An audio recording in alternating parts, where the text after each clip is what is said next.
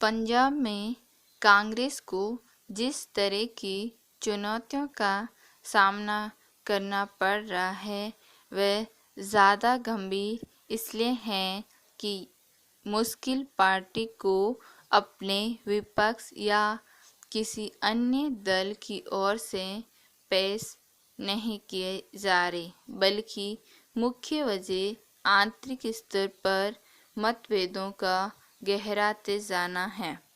हालात ये हो गई कि कांग्रेस को इस कलंक पर काबू पाने के लिए 3 सदस्यों की एक समिति गठित करनी पड़ी और संबंधित नेताओं को तलब करना पड़ा। मंगलवार को इस समिति के सामने पेश होने के बाद नवजोत सिंह सिद्धू ने जिस तरह कहा कि सत्य प्रताड़ित हो सकता है, पराजित नहीं, उससे साफ लगता है कि आपसी खींचतान से उलझा मामला अभी आसानी से सुलझने वाला नहीं।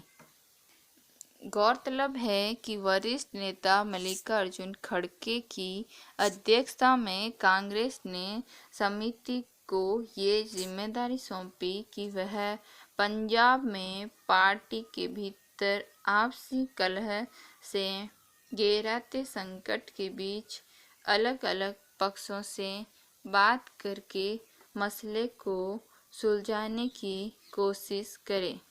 इसी क्रम में समिति के सामने पेश होने के बाद नवजोत सिंह सिद्धू ने कहा कि पंजाब के लोगों की जो ताकत सरकार के पास जाती है वह लोगों के पास वापस आनी चाहिए। जीतेगा पंजाब, जीतेगी पंजाबियत। जाहिर है कि सिद्धू ये संदेश देना चाहते हैं कि वह असल पंजाब के लोगों के अधिकार का सवाल उठा रहे हैं और उनकी अपनी कोई महत्वाकांक्षा नहीं है। लेकिन पंजाब के मुख्यमंत्री कैप्टन अमरिंदर सिंह और सिद्धू के बीच जैसी खींचतान सामने आई उसमें इतने ही भरोसे के साथ नहीं कहा जा सकता कि दोनों पक्षों के सवाल वास्तव में जनता के सरोकार से जुड़े हैं। मामला अब केवल सिद्धू तक सिमटा नहीं हुआ है। विधायक प्रगट सिंह और प्रदेश कांग्रेस कमेटी के कुछ अन्य नेता ने भी मुख्यमंत्री अमरिंदर सिंह के खिलाफ मोर्चा खोल रखा है। सच ये है कि पिछले कुछ समय से अमरिंदर सिंह और सिद्धू के बीच एक दूसरे के खिलाफ बयानबाजी में जिस स्तर की तल्खी देखी गई उसमें किसी सरोकार के बजाय महत्वाकांक्षा का टकराव ही ज़्यादा दिखता है।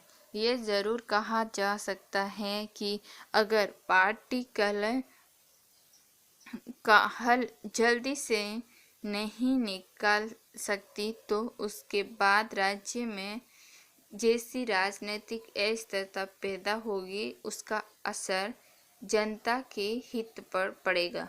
मगर अभी जो तस्वीर दिख रही है उससे निपटने के लिए कांग्रेस को शायद ज़्यादा मेहनत करनी पड़ेगी।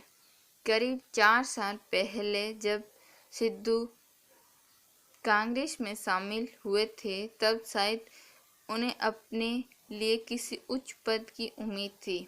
वह पर्यटक सहित अन्य महत्वपूर्ण महकमे की जिम्मेदारी मिलने से संतुष्ट नहीं थे और अमरिंदर सिंह को अपनी राह की बाधा मान रहे थे। इस बीच में अपने विरोधाभासी बयानों से उपजे मतभेदों से पैदा हालात में उन्हें इस्तीफा दे दिया। लेकिन इसके बाद उन्होंने कैप्टन अमरिंदर सिंह को घेरना जारी रखा, खास तौर पर उन्होंने 2015 की बरगारी गोलीकांड के जिम्मेदार लोगों पर कार्रवाई में ढिलाई करने का आरोप लगाया, जो सत्ता में आने के लिए कांग्रेस का एक अहम मुद्दा बना। वे सारी कड़ियाँ कलह की वजह बन गई थी, लेकिन अब टकराव सत्य पर आ चुका है। विचित्र यह है कि किसान आंदोलन के निशाने पर भाजपा के होने का सीधा फायदा उठाती कांग्रेस फिलहाल अपने ही घर संभालने के लिए जद्दोजहद कर रही है।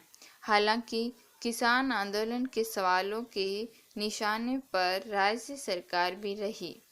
बहरहाल पंजाब में अगर अपने नेताओं के आपसी टकराव को समय रहते खत्म नहीं किया तो देश भर में पहले ही कमज़ोर हालत में पहुंच चुकी कांग्रेस के लिए स्थितियां ज़्यादा जटिल हो सकती हैं। Thank you.